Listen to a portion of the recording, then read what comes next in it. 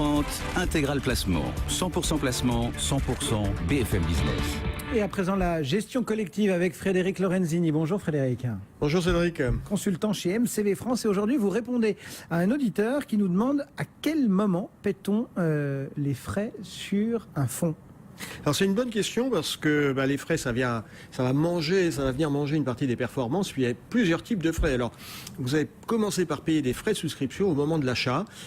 C'est entre 0,50, 1%, 1,5%, 2%. Ce qu'il faut savoir, c'est que ces frais de souscription que vous payez une fois vont venir en déduction du montant réellement investi. Et dans le cas de fonds à formule ou de fonds à capital garanti, il faut savoir que votre capital est garanti sur la partie investie. Les frais ne sont pas garantis. Vous voulez investir 100, on enlève 2% de frais de souscription, il reste 98.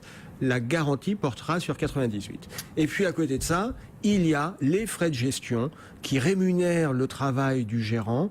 Et ça, ce qu'il y a de particulier sur ces frais de gestion, ils sont prélevés au jour le jour. Chaque jour, on prend sur le capital un petit pouillème pour rémunérer la gestion. Alors ces frais de gestion, leur montant va varier. Il y a des fonds qui ont plusieurs parts. Une part grand public, on appelle ça une part retail pour vous et moi, quand on va mettre 1000, 2000, 3000 euros. Et puis une part institutionnelle pour les gros investisseurs qui vont mettre 500 000 euros, 1 million, 3 millions. Et là, le montant des frais va varier. Alors un exemple concret, vous avez un fonds qui a une part I avec 0,90% de frais à l'année. Et puis, c'est donc la part des investisseurs. I pour institutionnel, et puis une part, investisseur institutionnel, et puis une part R pour retail en anglais, distribution. Et là, les frais passent à 2,20. Donc ça fait une différence. Alors, c'est significative. Un peu indolore puisque ces frais sont prélevés chaque jour, pro rata temporis. Ça semble indolore, moyennant quoi, à la fin de l'année, ça peut être sensible, d'autant plus que peut se rajouter à cela une commission de surperformance si le fonds fait mieux que son indice de référence. La promesse, entre guillemets. Et est-ce qu'il peut y avoir des frais de sortie à la fin ? Alors c'est vrai qu'on parle des frais d'entrée. Les frais d'entrée, les frais de sortie, non, peu. En France, il n'y a quasiment pas de frais de sortie. On voit ça dans le monde anglo-saxon. En France, on peut ponctuellement avoir des frais de sortie, éventuellement sur des fonds à formule. Les fonds à formule qui courent sur plusieurs années, on vous dit, voilà, la formule va se réaliser sur 5 ans, 8 ans. Dans certains cas, on va mettre des frais de sortie pour dissuader les investisseurs de sortir en cours de route. Ah oui. Parce qu'on va leur dire... jusqu'à l'échéance. Si vous voulez sortir, ça va être 2%, 4%, 5%. Donc ça vous dissuade un petit peu de sortir. Parce qu'effectivement, un fonds à formule, c'est toute une architecture qui s'opère dans le temps. Donc quand un investisseur quitte le bateau en cours de route, c'est un petit peu pénalisant. Et dans ce cas-là, on va mettre des frais de sortie qui souvent reviennent non pas au gérant, à la société de gestion, mais qui reviennent au fond pour rémunérer un petit peu la contrainte de gestion. Voilà donc pour les fonds. Est-ce que les ETF sont à la même enseigne ? Alors, un des gros avantages des ETF, c'est qu'on a des frais planchers. On a des frais planchers en termes de frais de souscription, on n'a pas de frais de gestion.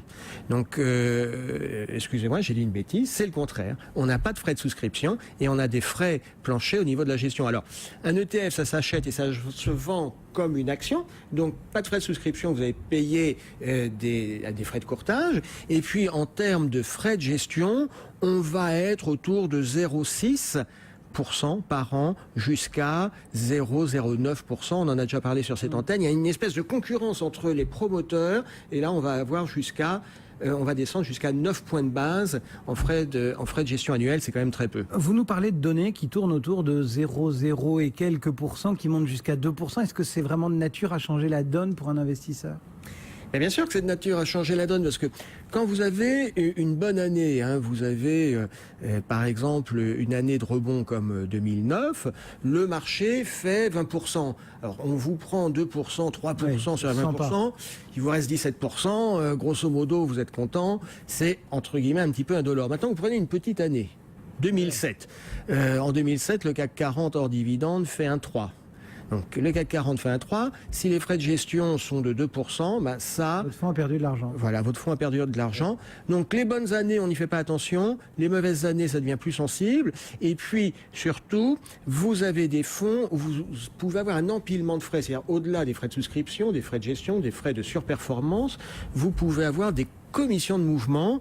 Et là, j'ai pris un exemple concret d'un fonds où vous avez des frais de gestion standard à 2,40, donc c'est un petit peu cher, mais ça, on vous l'annonce au début. Puis en fin d'année, vous avez une année où il y a eu des commissions de surperformance qui sont élevées à 20% de l'actif. Alors là, vous comprenez bien que le fonds a aucune chance de gagner de l'argent avec l'investisseur. C'est la foire là qu'on a compté les bouses. Voilà, c'est-à-dire que là, on a un véritable siphonnage des actifs. Merci beaucoup Frédéric Lorenzini pour MCV France. Bonne fin de journée. Le CAC 40, moins 0,6, 4286 points. Dans un instant, Simon Tenenbaum pour le journal. C'est à suivre.